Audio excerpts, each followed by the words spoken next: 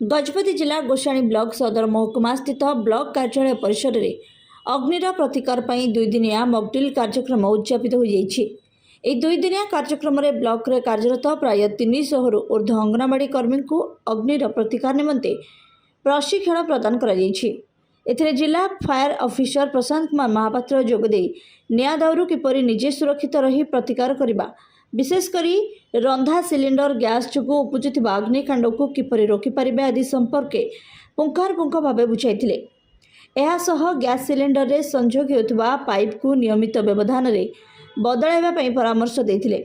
एथिरे अन्य मानक मध्यरे मुख्य आग्निक राजेंद्र स्वाई, आग्निक चलन कुमार दास, विनायक महांती प्रमुख जोगदे मॉकड्रिल माध्यम विभिन्न सुरक्षित रहिबा एवं अग्नि को किपरि नियंत्रण करिवे से नहीं विभिन्न कौशल प्रदर्शन करथिले।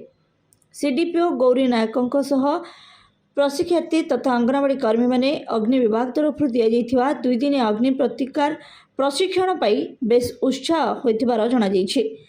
एने एमाने मध्य गैस सिलिंडर रे लागिथिबा निया को किपरि आयत्त करिवे से नहीं कौशल प्रदर्शन करथिले। गजपति जिलार Vijay Shankar Padhi report, ASPN news.